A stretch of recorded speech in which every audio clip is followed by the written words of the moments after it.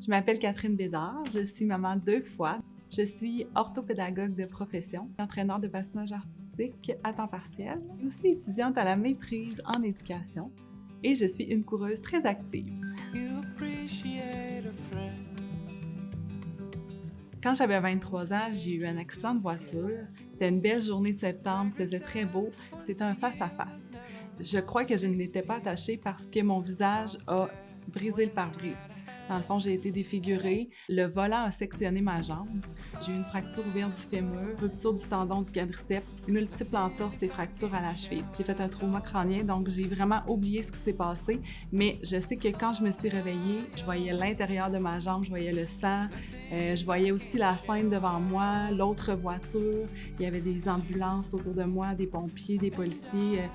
Donc, c'était vraiment un choc au réveil. On m'a sorti pour m'amener dans l'ambulance, puis ensuite, j'ai été opérée d'urgence. J'ai dû faire de l'ergothérapie, de la physiothérapie. Et ensuite, quand je suis revenue à la maison, à l'âge de 23 ans, j'étais incapable de m'occuper de moi-même.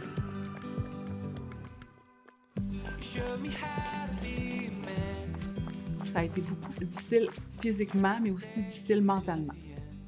Au début, on m'a dit: tu vas avoir des limitations à vie, ta jambe droite, elle va être toujours un petit peu handicapée.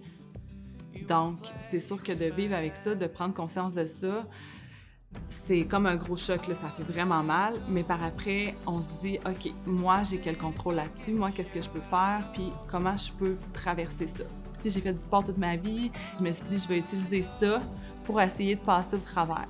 Chaque petite victoire me donnait confiance en ma réhabilitation, me donnait confiance en moi. Donc, c'est comme ça que je suis arrivée à me dépasser.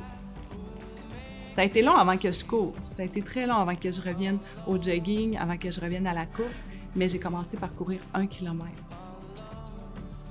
Depuis que je suis toute jeune, là, je pratique plusieurs sports. J'avais des parents très actifs aussi, donc j'avais un bon modèle. Honnêtement, j'ai toujours détesté la course. Au patin, j'étais au sport-études, on nous faisait courir, puis j'aimais vraiment pas ça. Mais qu'est-ce qui a fait en sorte que je me suis mis à aimer ça? C'est quand je suis devenue maman. Parce que c'était du temps pour moi. Je me dis, je suis tellement reconnaissante et tellement chanceuse de m'en être sortie aussi bien que c'est ce qui me motive à me dépasser, à me donner un petit peu plus dans ma course.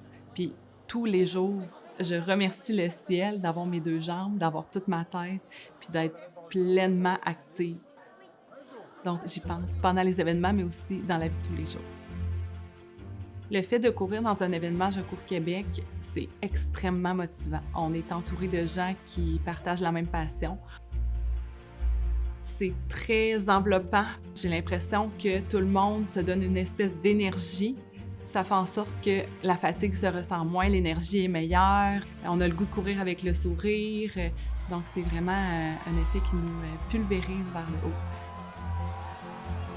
J'ai l'impression que ça ouvre les limites, puis que ça fait en sorte qu'il n'y a personne qui peut nous imposer quelque chose. Tu sais, moi, les médecins m'ont dit que j'aurais des limitations, mais je suis allée au-delà de ça. Donc, le fait de courir un demi-marathon, ça prouve que je suis capable de m'accomplir, puis de me dépasser.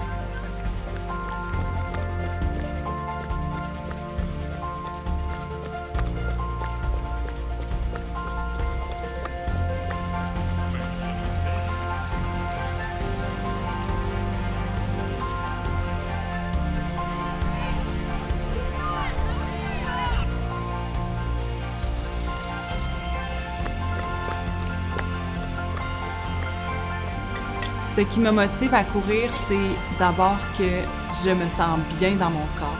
Le fait de courir, c'est un exercice complet.